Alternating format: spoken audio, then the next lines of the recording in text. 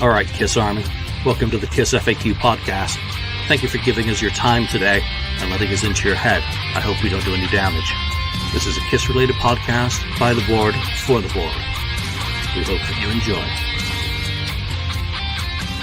We'd love you to support this show. Please like, follow, and subscribe to us on Facebook, YouTube, and Twitter. Your likes and subscription helps us to grow and attract interviews and content. So please retweet and share our posts. Your contributions are appreciated.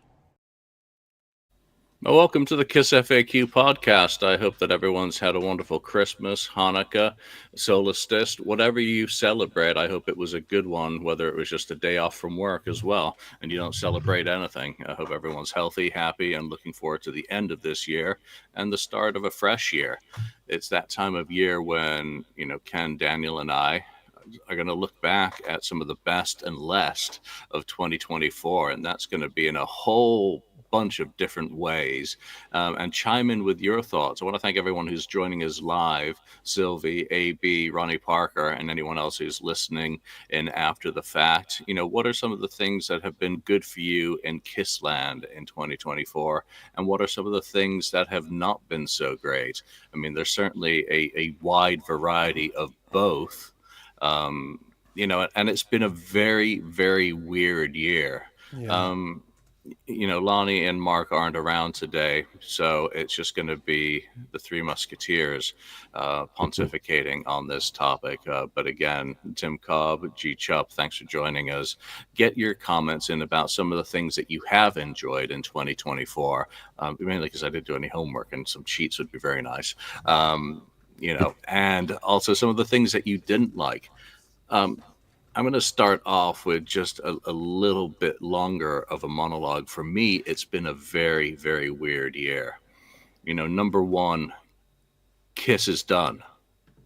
December 2023, they were done, and they weren't kidding.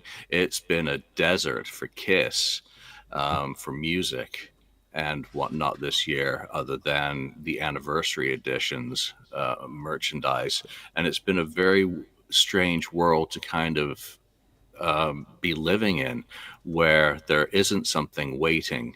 There isn't something on the horizon. The avatars are way down the road. They're so far over the horizon. They've, they're singularity at this point. So it's a very weird time to be a Kiss fan for me, but I've been busy as hell with the Ace book. That was only just getting off the ground in January, and it has eaten my year. I managed to publish one book, The Aerosmith Volume 2, covering the Geffen years on tour. Obviously, I'm working on War Machine as well, which has kept me very busy, and then started up a third title at the end of the year. So that is my year. My year has been devoid of a lot of the things that I'd come to enjoy in recent years. Ken, what about you? Sum up your 2024 as a Kiss fan, and the perspective from which you look at the world. Yeah, I look at the world. It's kind of weird because you normally used to something going on always, all the time with Kiss, whether they are still, whether they used to be, touring all the time, or waiting to see something happen, or a special release that they may be promoting, or a TV show they might pop up on, that sort of thing. But it's kind of, like I said, it's kind of dried up. And these, the only thing we get is these, occasional, I guess you could say almost monthly to a degree, maybe every couple of months, the releases of, or the re-releases of albums and anniversaries, and they start, putting out, the vinyl, the shirts, new editions of shirts, and other tchotchkes and that sort of thing. So it's kind of weird. What's funny is last night I watched the A&E documentary, and I hadn't watched it in quite a while. And it led to where, it could have been a lot better. But it kind of felt, like, oh yeah, I'm probably gonna, go back and start listening to more, my music again, which I kind of just like I talked about last episode. I just stopped. I don't always listen that much because it's already ingrained. But I think I'm gonna actually put on some, actually pull out some my favorite copies of certain vinyl and play them through and enjoy them more again. But yeah, it's kind of quiet. Other than Gene Simmons, uh, touring a little bit this year, and I guess next year obviously going to be better or more. But that's about it. Yeah, there's nothing. I'm curious, Ken, what's the last Kiss thing you listened to? Not that you watched. What is the last Kiss thing that you listened to, and when was it? Um, it was probably actually I think I listened to Dress to Kill a couple of months ago, month A or two couple of ago. months ago. I know. Well, a couple of on actual. If you're talking vinyl, that's probably the last vinyl I listened to, and it was my promo copy of it, Oh, which my promo copy of which it. Oh, how sounds classist. no. You had to get that in there. I had to do it, but it's a super great sounding. I did it for actually, and I did it because I was kind of checking it. How good it was, or how bad it could have been, I guess, the quality. But it was like a brand new quality sounding record, and it sounded great. I thought, wow, this thing's so good. So yeah, I should be putting on more of those. So that's kind of like 2 months ago. I want to say it was 2 months ago. Yeah, The last Kiss vinyl that I played. this morning I listened to Worcester 83, the Creatures show, because I got a tape in. Oh, I was okay. doing a transfer of it, and I had to compare whether it was better than the one in my folder, which it was, but there's still a better one than it, so it's all irrelevant. Daniel, first of all, start off with, when's the last time you listened to Kiss and what was it? And then just give us the Swedish from your viewpoint on top of that mountain that you climb on a daily basis. What did 2024 look like from your perspective? The last thing I listened to was all the records containing the word alive. I had to do some homework for a show I was a part of. So Alive 1, 2, 3, the Millennium Concert, and also the Symphony. So I listened through all those from, start to finish. And then we had a little discussion, and it dawned on me that actually my favorite Alive record is actually, this is almost blasphemy, but Alive 3. I enjoyed that one the most. And I guess I'm going full circle back to 15-year-old Daniel when this one was released. To be perfectly honest, it's the Alive album that means the most to me, even though Alive 1 is the one that broke them and is considered the best of all time when it comes to Kiss's live records. But personally, I have to say Alive 3 still, is one of the best records I know. From the 1-2 punch with Creatures of the Night and Deuce, to the crunchy version of I Was Made for Loving You, to the power of Eric Singer behind the drum kit and Bruce Kulick's tasteful guitar work. I've come full circle with that record. It was not on my top list for a few years, but now it's back at the top, and I really, really enjoyed it. On the other hand, that Millennium Concert, what a fucking train wreck. that's really awful, slow stuff. Yeah. Mm-hmm. So that was the last thing I listened to. And when it comes to 2024, I think the problem is you kind of got your hopes up when you got the news of the avatars, and also that Kiss sold the brand to Pop House. So I think I had some expectations that there would be some more releases this year, which is what nothing happened. There was no change of the guards. Pop House didn't do anything. So it was like being on pause, Nothing happens.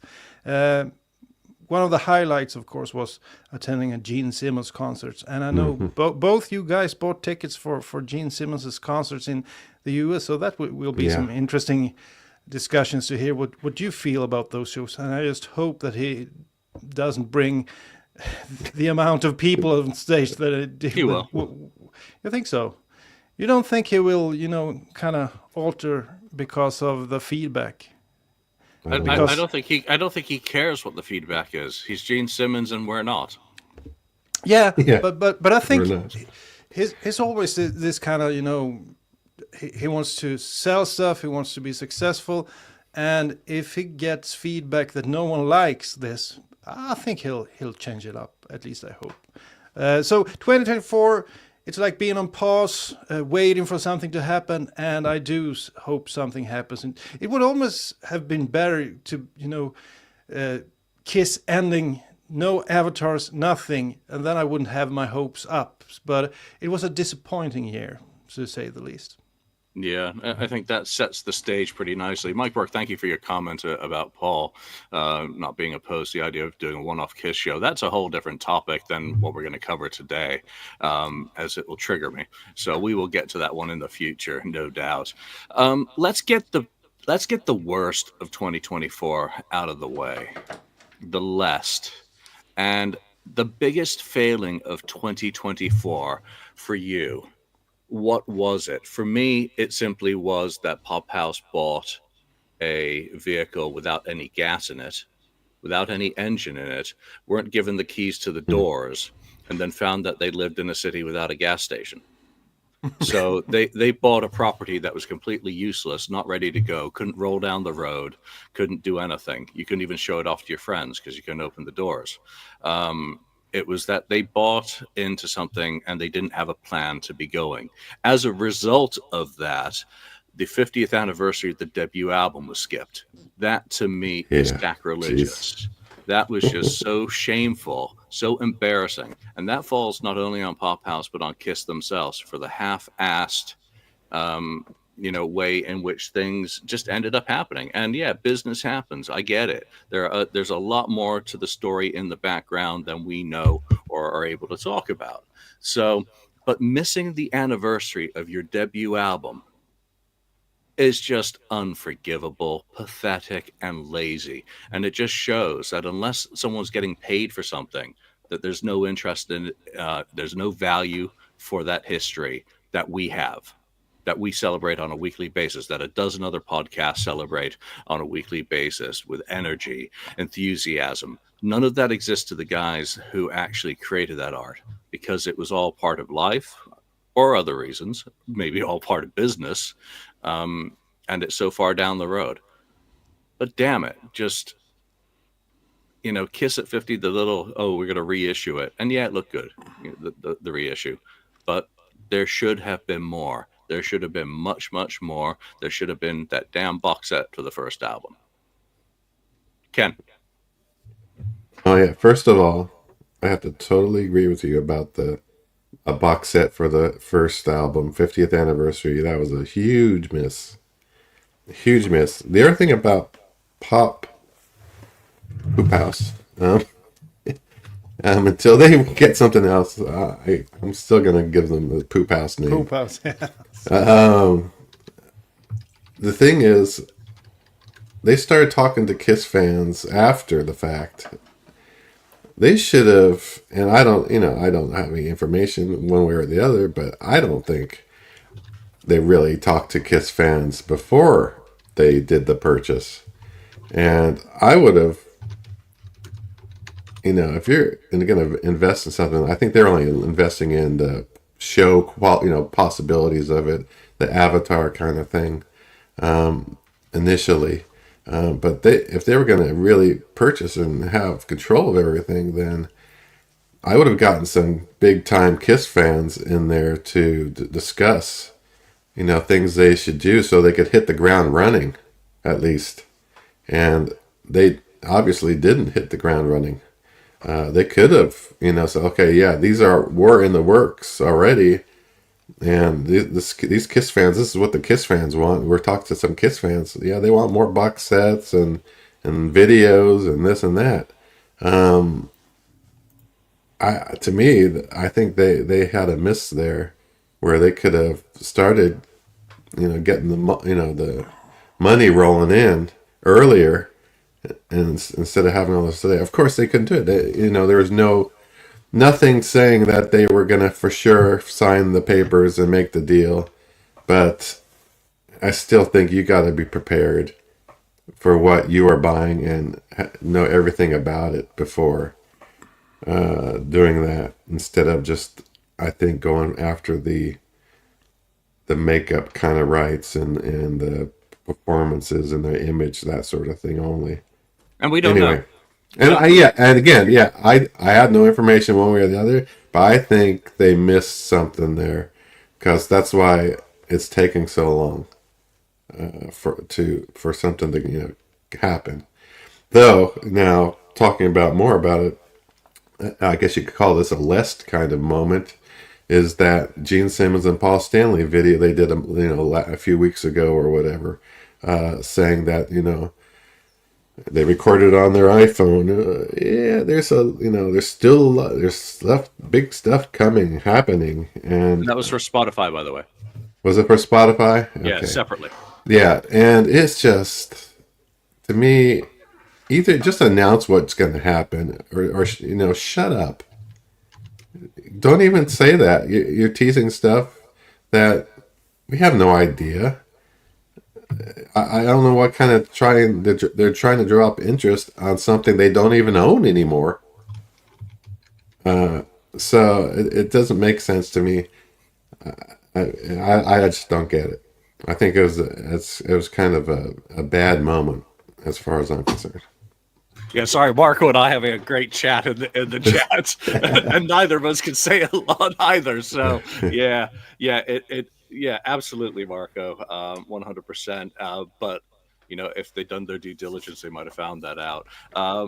Daniel, to bring you into this conversation again, what is your biggest failing of 2024? I think you guys covered it. The lack of celebration when it comes to the biggest anniversary there is. The debut album. I think that's horrible. How the hell can you drop the ball like that? So I'm just, yeah, yeah. But I think I remember Ken saying last week that he was hoping for something next year, and I'm not. I'm holding my breath for this one, because Alive next year. Alive. Alive. Let's see what they do with that. And another disappointment is that when the Kiss company comes up with a great idea, like the box sets, the Destroyer box set, the Creatures box set, they were awesome. I haven't heard anyone, thinking that those box sets sucks in any way. Mm-hmm. So everyone seems so pleased with them. And I don't know about the sales, but I would imagine they did quite well. What about a box set for the debut album, and next year something with Alive? Because those two box sets are some of the best stuff they've released in recent years. But it just stopped.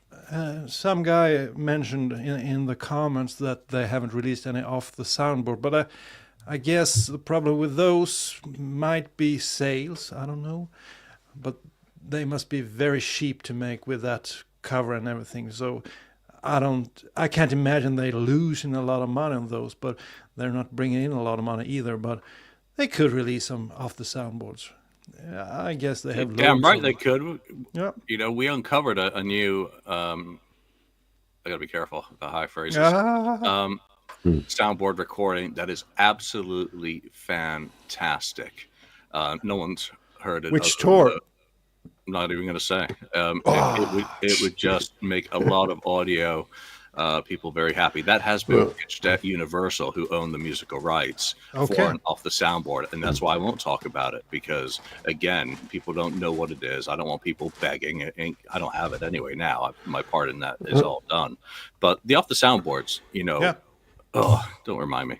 Well, as far as off the soundbars, I think, to a degree, I'm okay if they hold off on them if they include them in the box sets as Ah, part of that box set. yeah. I mean, to me, I'd almost rather have them as part of the box sets for the full, that experience. You could have more than one sound. Well, like Creatures had more than one, one Mm-hmm. soundboard. Mm-hmm. So you could do that with save some of those for the kind of help sell those box sets by including Yeah. them in them. That's what I Yeah. would do if it was Yeah. me. Use 2 or 3 soundboards for the live box sets Yes, next year. yes, more Great enticing. idea. Yeah. Yeah, we'll, Ju- we'll have Ju- yeah, we'll have to wait and see. Before we move into just another area, has 2024 got another year in your personal history that it was similar to? It wasn't a great year, but it Mm. wasn't a terrible year by Hmm. any means, because there was stuff that happened in all of our lives around how we enjoy and consume Kiss. Was there any other year? I mean, Ken, you were there in '81. Um, Hmm. I remember '86 and the long wait Yeah. Whoa. between Asylum and Crazy Nights, though they were still Yeah. on tour for several months through, I think it was April '86. So In North they, America, yeah. yeah, they weren't invisible. They were still in Hit Parader and Circus and everything with those Hmm. lovely outfits, the B. Arthur experience. Um, Mm. and then in the Yeah. 2000s, it doesn't really count so much. But Ken, was there another year that was like 2024 for you? Kind of. I would say right be around the time of after Unmasked to the Elder kind of they didn't tour for Unmasked in the U.S. Um, and then which was a disappointment, and then the Elder came, which was different, and they didn't tour for that either. So it was quite a the U.S. That was a big skip a period of time and nothing going on other than those albums. But I mean, which I enjoyed the albums, but I think right after the Elder, it was like, okay, shoot, what's going to happen now? It was kind of quiet because Kiss was probably at their lowest point, and technically, I think they were because when they released Creatures, which was a great album, it didn't sell because they lost everything. All their momentum went down, and they had to regain the momentum by first of all by maybe people saying how good Creatures was, and but they probably didn't give it a chance. That's which I don't think anyone really did. Even if someone said, "Yeah, it was great," this is actually good, and but they by that time it was over. So yeah, it was kind of quiet until finally they went on tour for Creatures.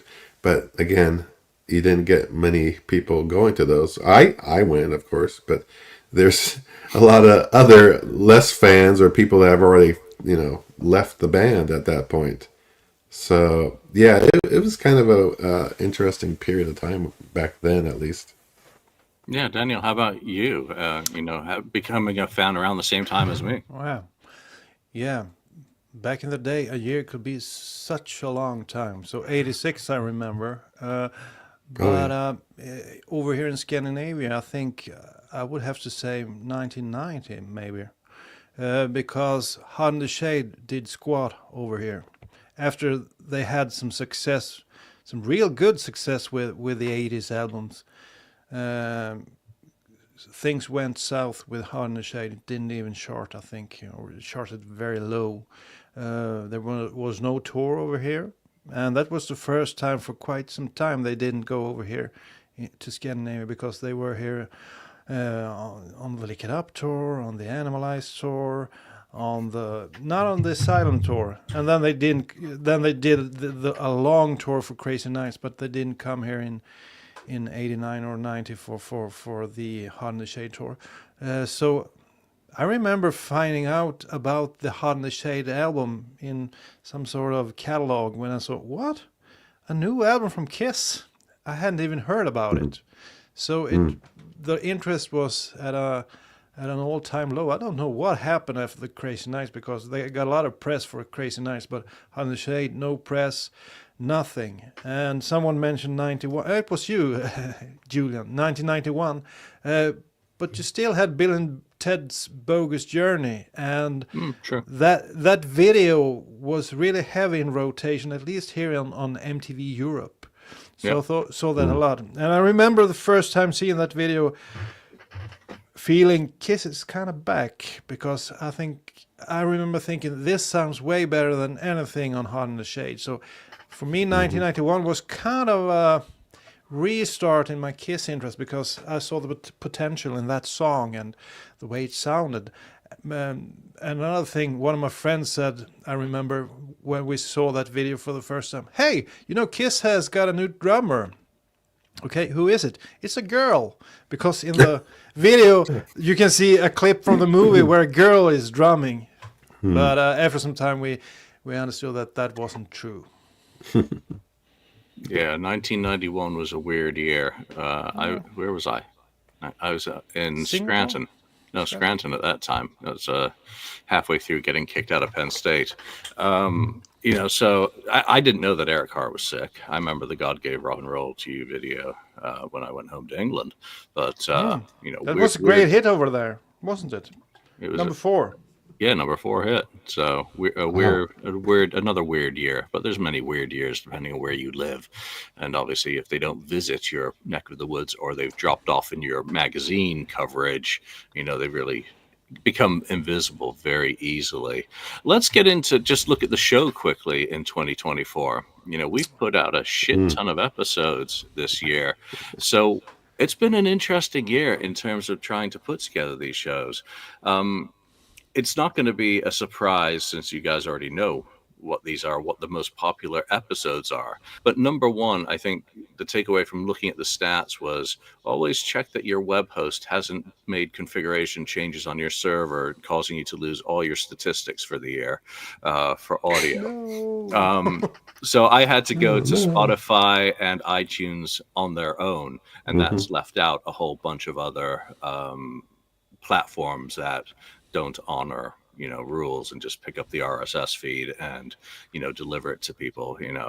There's a whole bunch of different ways to listen to the show other than Spotify and iTunes, but I can't get the metrics for those. So you mean the numbers are in reality a bit higher than what we're going to see? They'll be higher. Now, how many people are actually doing so, it's impossible for me to quantify now. But as a result of that, the viewership numbers on the show are way down this year. But, even YouTube, which is just standard from year to year, because that's all plugged into Google Analytics. So let's see the top. I think it's the top 10 I've done for this. So the top 10 episodes this year: Refocused. And this is iTunes. Let's do the overall. Refocused. 10,000 Faults review. Whoa. Top 3 Refocused. Yep. Kiss versus the 70s. Refocused. Kiss. Hey, the debut is way down there by Hot in the Shade. Shame on us. We're as bad as criticizing Pop House and Universal for that. Hot in the Shade, Refocused, did well. So you know what? I guarantee you this.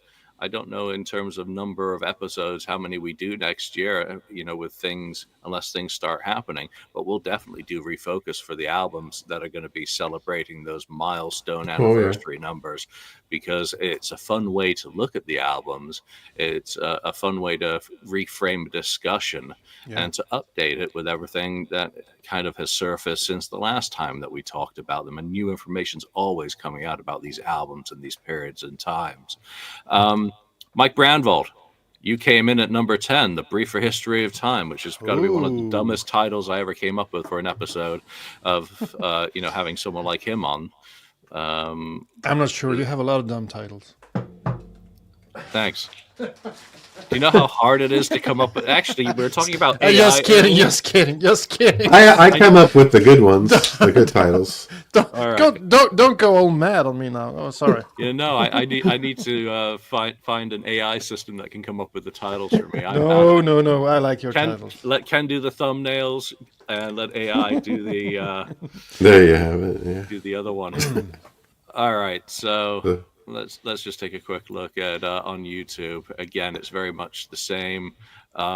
Sonic Boom actually snuck into Crack the YouTube Refocused. viewings. Yeah. Again, another Refocused episode, and then the rest are all the same. The Mike Brownvold episode, which is 537. Mike Brownvold, A Briefer History of Time. Go check it out if you haven't. It was actually a very fun conversation. Yeah.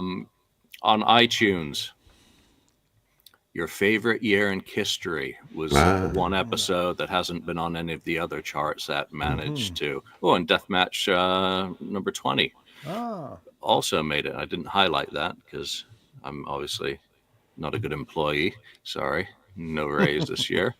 Again, all four Refocused, or four of them, right at the top there. So, and then Spotify.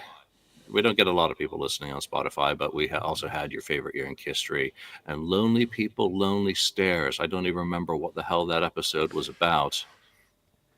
Yeah, I don't remember. No. Yeah. What is a good title? Yeah, I think Shane. personally, it's all subjective, of course, but I like the way Seinfeld did it, the simplest way possible. You know, like and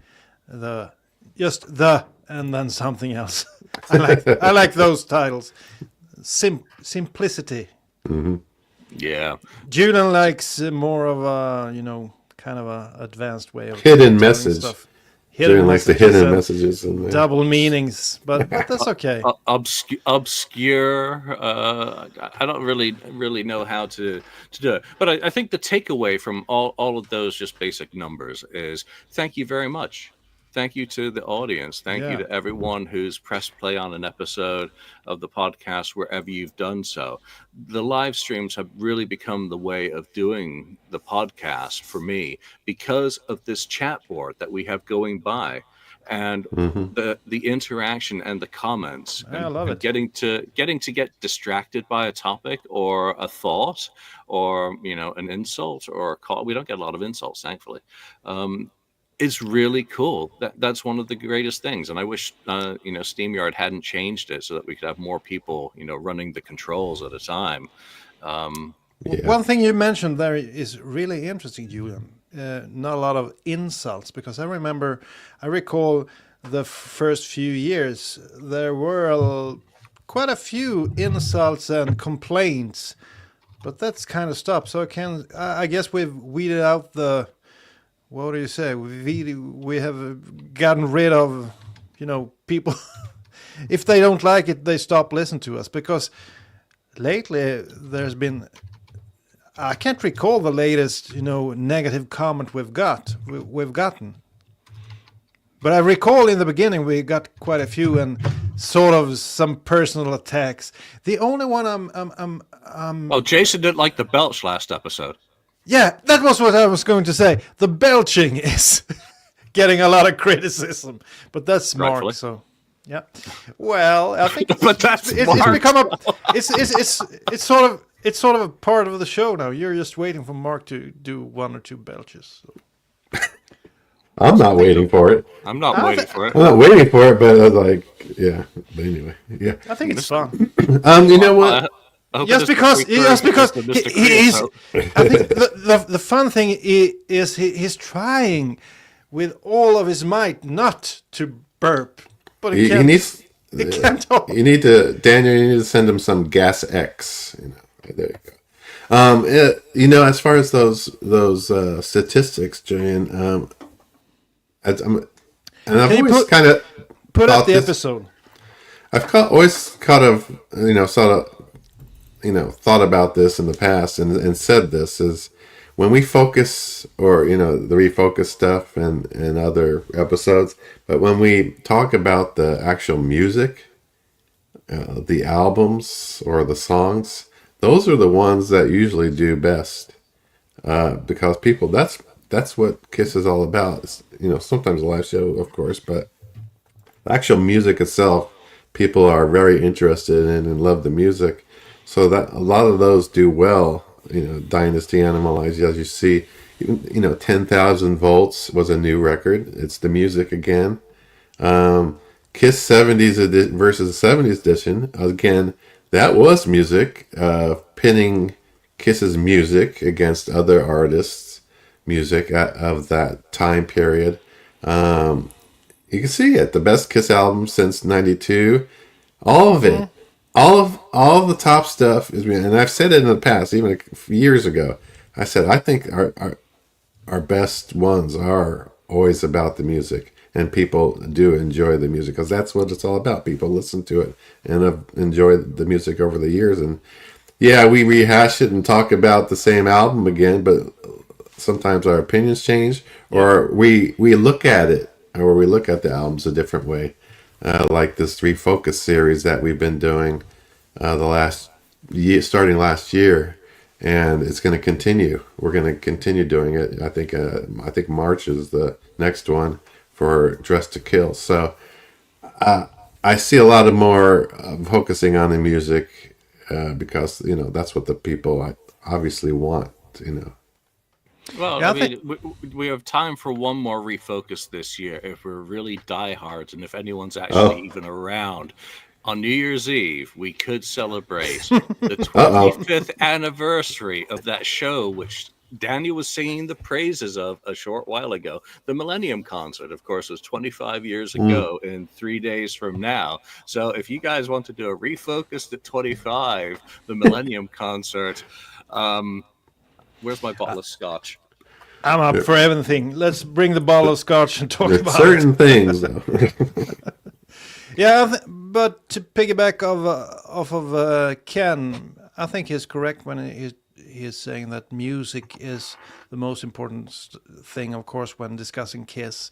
It's always been, and it always will be. But I'm looking at these titles, and I'm thinking these are the simple titles that says what the episode is about. So I'm just, Yeah. I'm just trying to, You know what you're gonna get, right? yeah, With that, you know what okay. you're going to get with these episode titles. I think that's what you're going to.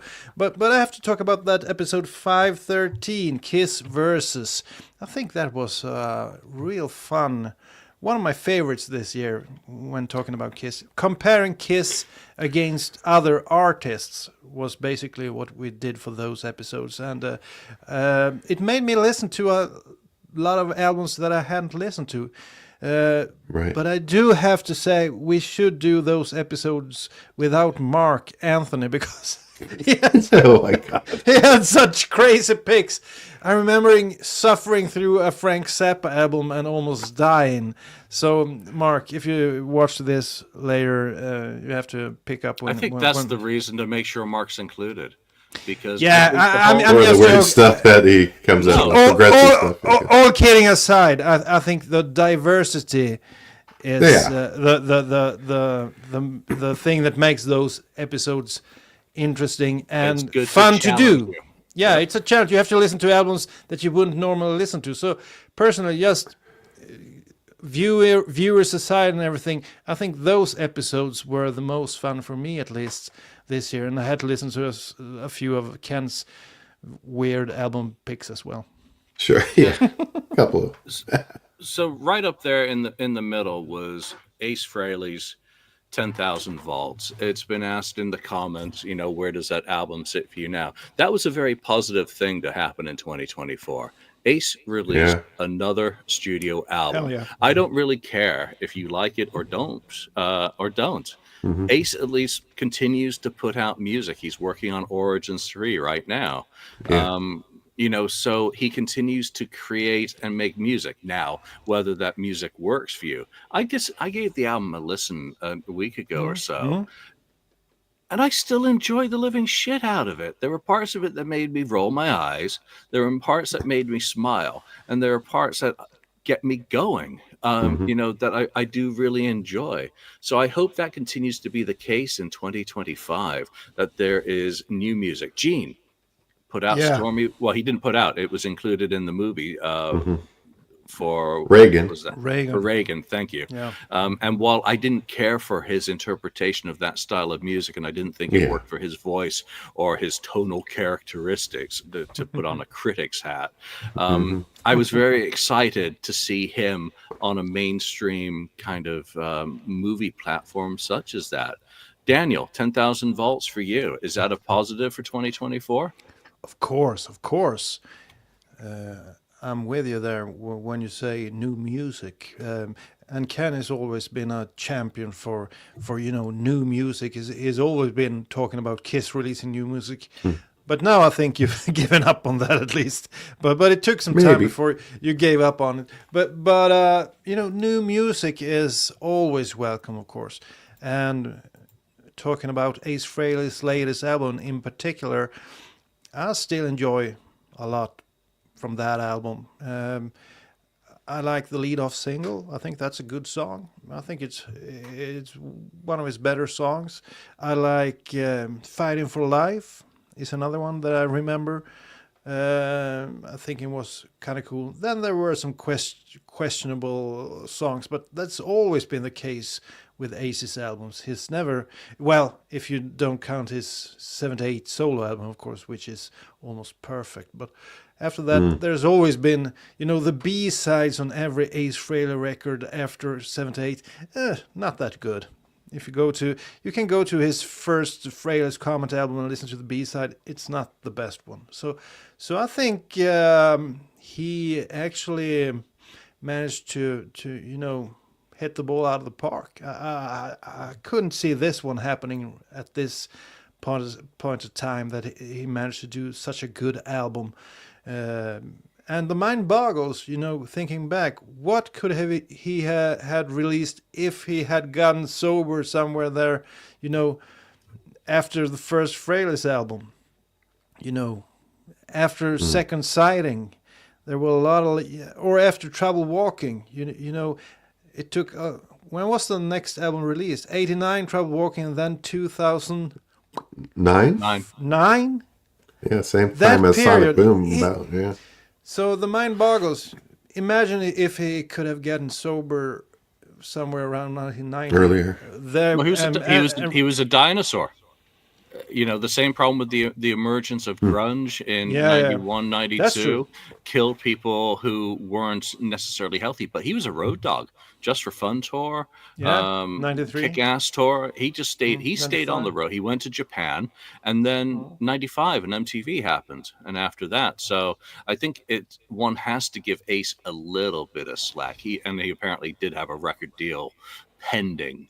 Okay. Large pinch of salt on that one. I don't know. So then he's in Kiss until 2001. But I think the I don't know which record label he is on now, but I think they did a great job for that last album. Great promotion, pretty cool videos, a lot of, and he made, did he do 2 or 3 videos for the album? 2 videos. I think that's great as well. And yeah. He should do a third, keep that one going as much as possible. Maybe a couple more colors of vinyl. Ken, 10,000 volts. Is there any more colors? Okay. Which one? What are you talking about now? 10,000 volts? Yeah. That was a good point, at least. One of the few things that we got this year, other than the normal re-releases of things. But new music is always good. And I was pleasantly surprised with Ace's album. Very well produced. I like the sound. I would have maybe liked Ace doing a little bit more soloing on it, because I don't think he took on all the solos on that. No. But it was a good, surprising, over the last, I think the one before it, what was that, Spaceman? Yep. Yeah, I enjoy it much better than Spaceman. Yeah, much better. Sounds better.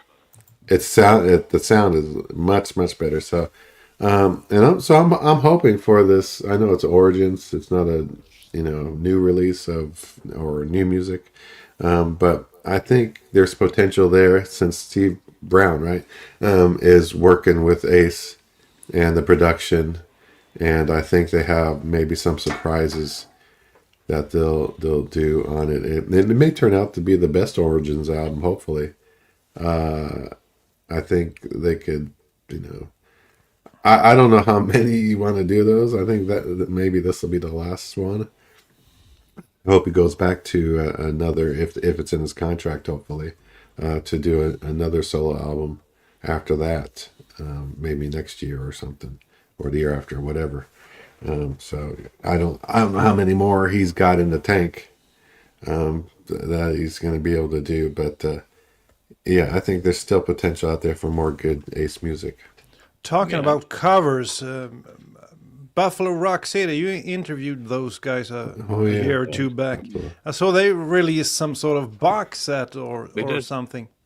Yeah, they did the three volumes of Buffalo Rock City that they've done and Alive, and the third volume is absolutely spectacular. I heard a copy or a cover of I Can't Stop the Rain, which was absolutely glorious. And one of the things I like about John Jeffrey and his team with Buffalo Rock City is the attention to detail on the sonics.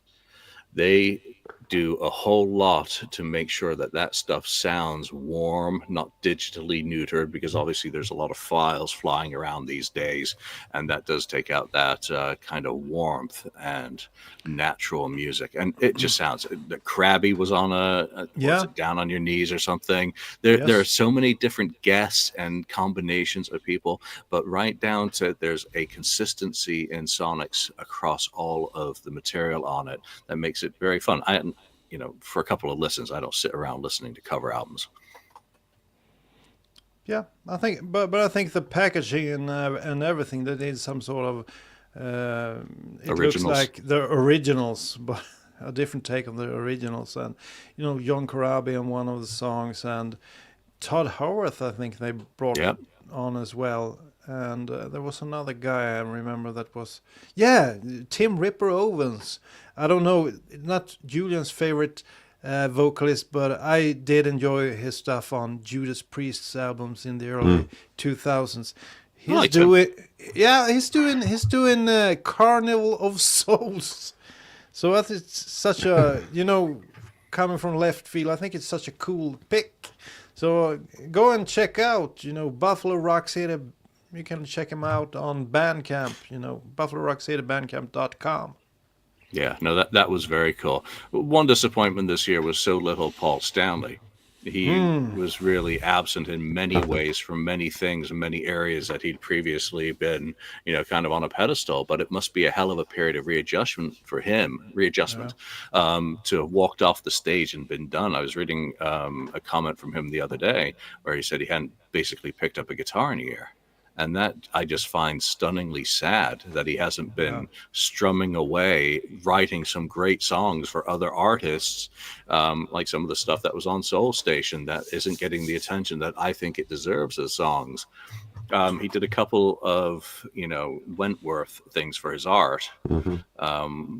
But I miss Paul Stanley. It sounds very, very strange to say, but Bruce Kulick stepped into that area, with his fantastic video celebrating the 40th anniversary of him basically joining the group for the European tour for Animalize in 1984. And he did a couple of really good videos this year. So Bruce continues to be a mensch. Yeah, talking about Bruce Kulick, I think the latest thing he did there on Kiss Cancer 3 was really a cool thing. If I lived somewhere in the how do you say it? Vicinity? Vicinity, yeah. That's a big word I didn't nail. Like gymnasium. Right. The vicinity, yeah, exactly. In Sweden we say smurf when we say the same thing at the same time. Smurf. Okay, but so I think Kiss Cancer 3 seemed to be an awesome event. And it's kind of interesting to see that they're trying to, looking past Kiss ending, because they're bringing in guys that played with Ace Frehley or Gene Simmons and making them part of the show. So that kind of, makes it possible to continue these kinds of events, bringing those guys. Well, he played with Ace Frehley, he played with Gene Simmons. Let's see what he's got. That band. And some of the stuff sounds awesome. The concert that I think they were called the Handsome Guys or something. Yeah. something like that. Handsome And Devils or Gentlemen. something. Handsome Devils, Handsome yeah, Devils, that's yeah. the Handsome Devils. I mean, the way they are performing some of the songs is really awesome. Oh, I yeah. would have loved to be there and watch that concert. So, and then they brought in Bruce Kulick and Eric Singer on a few songs. So, for sure, I would have gone to that as well. So, it's sort of the beginning of recreating the Kiss expos or Kiss conventions. At least I'm hoping that it's the genesis of that. So that's what I'm hoping for. Some way that Kiss's music can live on through expos and conventions, because I thought that event looked really, really cool, and the music that they played sounded awesome, and they also had Anton Fig on there, and it must have been a great event to be a Kiss fan attending that one. Lots of good music and meeting Kiss fans and stuff like that. Well, I'm just hoping they continue that Kiss Cancer thing. To me, it seems like a really awesome event. Yeah, hopefully they do. They continue that, and some other, conventions, maybe pop up. Those videos, they've recorded those the Creature stuff, the Creature set where they played the full album of that, and I think the Elder as Pro Shot. And so that they're releasing like one every Friday, I think, or something like that. Yeah. But I think they should do it a little bit faster, because it's going to take a while to get through all of it. But because they still have the Elder after that to do, and that's the reason that I think, I mentioned the Elder, that I watched one from the audience, right, the back. I watched the whole thing, and that was pulled down from YouTube because there is a Pro Shot and they want to release that. So I'm really looking forward to the Elder Pro Shot, more so than the Creatures one. The Creatures one's really, really good, but I want to see the Elder as a Pro Shot and the sound of that, because they were spot on playing the music, and it was very, very good. So I'm looking forward to that. Hopefully they speed up the release of those videos. I don't, instead of kind of dragging it out once a week or whatever. Maybe do at least a couple a week, maybe. So anyway, I'm looking forward to that. Kiss fans just aren't patient. Ken doesn't want to I'm wait. not patient. I want my stuff now. Ken, I'm going back to you to Yeah. the anniversary editions, as you're the one of the three of us who are on this show who were most likely to have bought any of them during the year. I bought one and then canceled it, so I'm zero for the year on any of those anniversary editions or even the generic ones. Which ones did you get, and which one do you think was the best anniversary treatment of reissues and This year? stuff? Yeah, and tell us about that jacket. What the hell is that? Yeah. Oh, well, this jacket is I think I might have showed it once before. This is an anniversary jacket for the first debut album, right? So it has a lining on it, and Tell us who you're modeling today, Ken. the back. I have to show the back. And while I'm doing that, I'll grab one of my new favorites of the releases. So hang on here. Yeah, do that. There's the back. See if you can see it. Oh, nice. The debut. But wait, I'm gonna get Daniel. You continue. I'm going to get one of the albums released. All right, Daniel, did you buy any? And if not, which one do you most regret not being able to get, or would you have gotten? Well, to be perfectly honest, I'm not really into reissues at all, so I'm not getting them. The last thing I bought was actually a Peter Criss Cat 1 on CD, because it was a bargain and I didn't have it. So that's one that I bought, and there are some gems on that one, actually. I kind of like that album more than I remember. Okay, Ken's back. I'm back. So this one, one of the most recent ones, and you can look at the shininess of it. This is the one. I'm sorry, that is freaking spectacular. Let me pull it out even of the actual. And did you know that Tom Germain and T42 Design had to basically recreate that front cover from scratch? Oh no! Really? Oh man! It's not just an upscale and redo of the look at it. original. The silver like a mirror, right? Yeah, I no, it mean, looks good on camera too. the other one, the one that's the colored vinyl, is like embossed. I want to say it's not not this kind of shiny print, but yeah, just That's amazing. That really does look excellent. so that, and then of course, it's it's your standard, but the picture just came out pretty good there. Yeah, I mean, I'm not going to buy it. I'm with Yeah. Daniel. I'm not into reissues unless they're 5 CD long box sets. And Then I'm in. the other thing I like about it is at least this one too had a double side. I think I'm gonna put this poster up. Honestly, I got a frame that I With could put it in. thumbtacks? No, this one here. There we go. That's a nice poster. I mean, it's double sided, but you can do this a live one, Oh, yeah. which is cool too, right? Yeah. So yeah, I really like that. But the cover of that is really, really cool. I mean, every one of the ones in the last year or so have been really, really done well. I'm really enjoying them. Did you get Hotter Than Hell with its like sand texture cover? Oh yeah, I do have that one of too. them have reflective sunglasses on it as well. Yes, I showed that. I think that one I showed a month ago or so, or whenever it came out. I geeked out when I saw the eye. And I was tilted, and you could see the sunglasses shining, even on the back pictures where they're wearing it. You could see it, and then the sand kind of texture feeling on it's pretty cool. The one I don't have is that animalized one with the one with the it's the picture disc that has the, I guess it's supposed to feel like fur or something of the fur skins. That's the only one I missed out on. I didn't get it on time, so. Yeah, well, again, congratulations to Tom and the T42 team for the work and creativity that they put into all of those. Let's just cut through everything right now to the best moment in 2024 of you as a Kiss fan. What was it? Again, I kind of threw out there for this topic.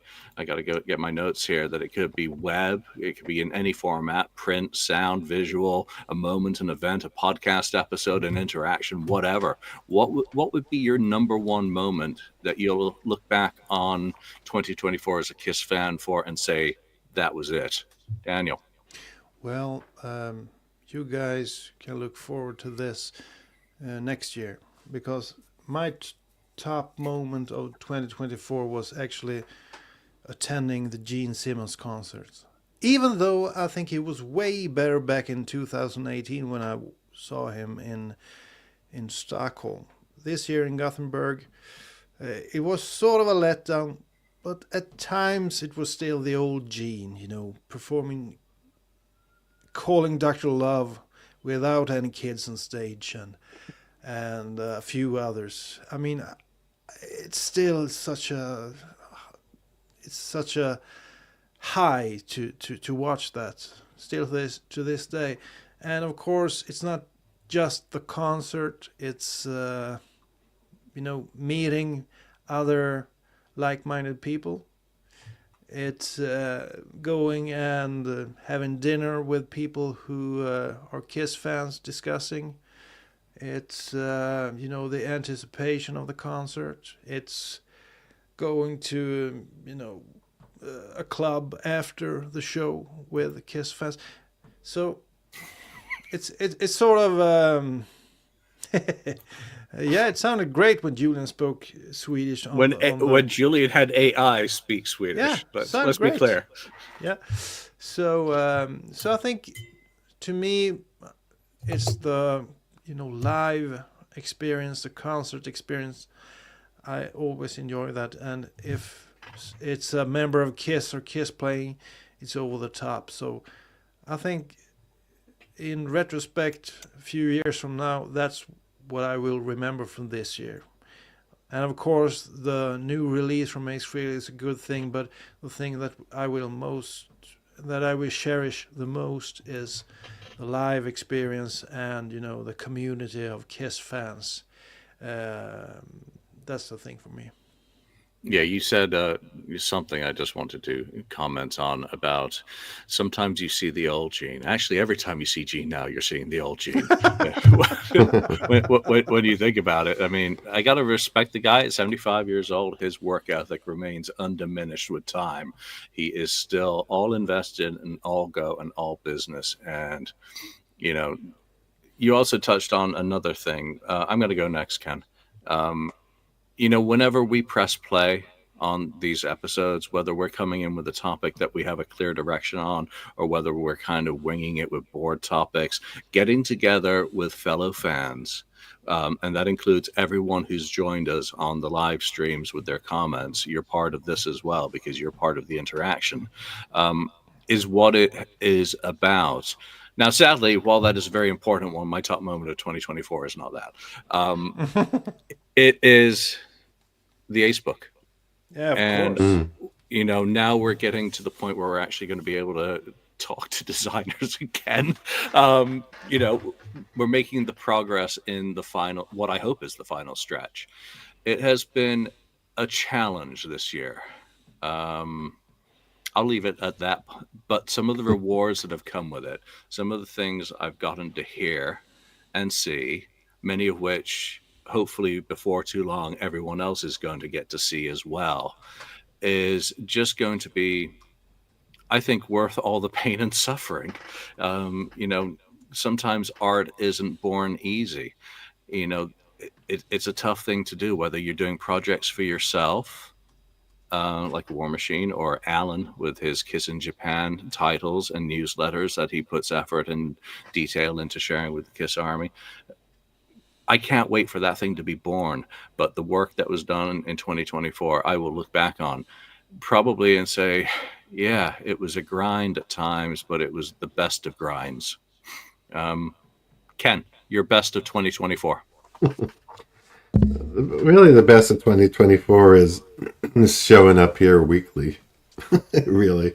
And we're able to still talk about, Kiss, even though it's been a quiet year for Kiss, we're still able to enjoy the history of Kiss, all that they've given to us. And I'm also enjoying is doing, fun things for, the podcast, trying to advertise a little bit and create some of these images, which I use on just basic. I don't even have Photoshop. I'm just using the basic tools that came with like an iPad, and throwing stuff together, with the help of AI, AI. I want to say A&E, I watched the A&E thing last night. So, but with AI and then me, and then adjusting and adding things to these things, is kind of been fun to do. So, but yeah, mostly just doing this stuff is the high point. I'm hoping next year the high point will be something, where I don't have to say it's the podcast. Maybe it'll be something else like the Gene Simmons, concert or whatever else that surprises that are supposed to come next year. And I expect it to be a better year than 24. Just real quick, Julian, we have to mention some of our, loyal listeners. That's on here today. Where's Drago? We have to mention. Thank you for listening to our show. Silver Rose, you've been awesome listening to us. Jason Leonard, you're always here. And the Opal Archive is another one that I recognize from week to week. And there's a few others as well. Many more. Ronnie Parker. Ronnie Parker and a few more. So I just think it's awesome that you join us for this discussion, and it seems to give you something at least. So it feels good for us, and it'll keep us going for maybe a few more years, hopefully. Yeah, we wait and see. I mean, Ken and I have the Gene show in April next year. I mean, I do Yeah. want to look into and see what is the possibility of having a fan gathering beforehand. Ooh. Is that something that is feasible? Very cool. I haven't been up to We Roanoke can do Park. it. I've not been to the casino, so I don't know what the lay of the land is in terms of venues around. I know that the casino itself is very expensive in terms of rooms and whatnot. But would there be a possibility of doing a lowbrow poor man's Kiss Expo, not like Kiss Cancer Yeah. Goodbye, and maybe do some giveaways, for charity, because I think Kiss Cancer Goodbye is a good example of, giving back, and I look around me at some of the things I've got sitting around. I'd happily put some of those up for, silent auctions to raise some money. But, that'll be something to look forward to in 25. And that is the human interaction part, continuing to do it on the show and have that interaction, but also when the opportunity arises to travel. One final thing, Julian, can you do some sort of advertisement for the episode coming up in January, maybe? Well, I think I need the team to help out with that, because we are going to be celebrating 10 years. I believe it's January the 18th. 17th. Well, the 18th is the Saturday when we'll do a live. Oh, okay. When we do it. Okay. Yeah, but we're actually going to hit 10 years. And I know plenty of other podcasts have hit that milestone, but this one's ours, damn it. Yeah. And Danny was on the first ever episode. I was. Lonnie's been on a long time. Ken's been on a long time. Mark's been on a long time. We've had Alex. We've had a variety of people come through. Jay Richter was on way back in the day. So we are going to be celebrating this episode with a special, well, we hope it's special, a live episode. And we are soliciting people who've been longtime viewers and or supporters and even critics of the show. Are there episodes that you remember where we said something that didn't make any sense that you want clarification? Well, pull out the timestamp, send it to us, and we'll throw that into the mix. Daniel, what else would we love to happen for this celebration episode that we'll be doing? Well, I think the thing I would appreciate the most is sort of a personal message. Why have you listened to the show? Has it meant anything for you? Has it, been something you could go to when times were tough and so on? Because I recall during the COVID years, people actually messaged me and told me that the KissFAQ podcast made me was a great help for me to get through COVID. So that was mind blowing when I got those. Well, help does too. Yeah. So I don't think you have to pick a certain episode or a moment from an episode.